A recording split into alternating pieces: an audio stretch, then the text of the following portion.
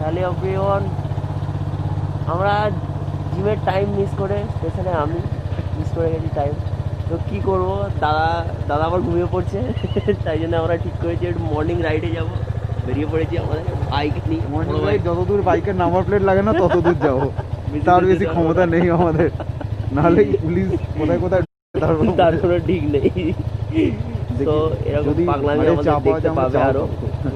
আমরা আবার চলে বেরিয়ে পড়ে, যতদিন আমরা আছি যতদিন আছি ততদিন এরকম দেখবো। চলো।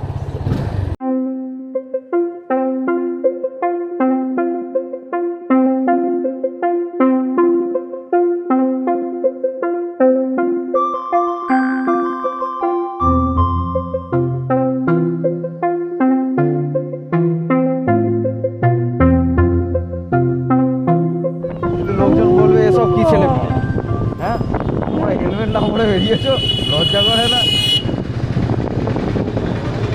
এটা আমাদের আমার বলো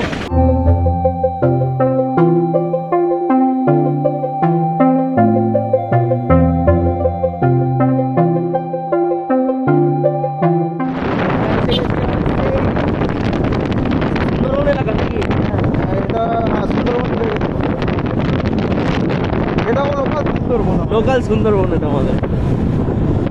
আমাদের ডোমেস্টিক রাইড চলছে এখন।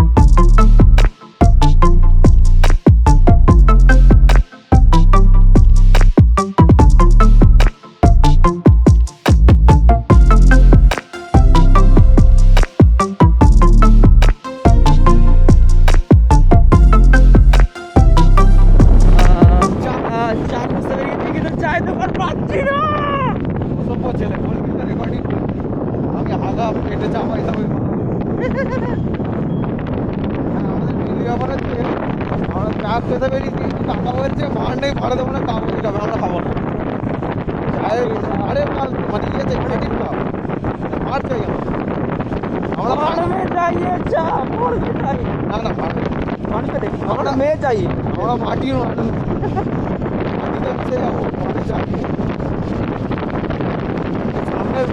একটা পাহাড় আছে এখানে।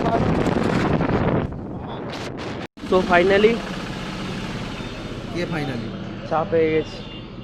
না চা পাইনি, দেখি এদিকে আমি আসবো না ভিডিওতে, আমি আপলোড করবো, আমি আসবো না ভিডিওতে।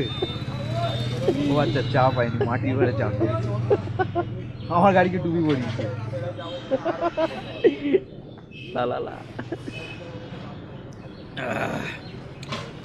কি হলো করার জন্য ভিডিওটা দারুণ, চাটা দারুণ,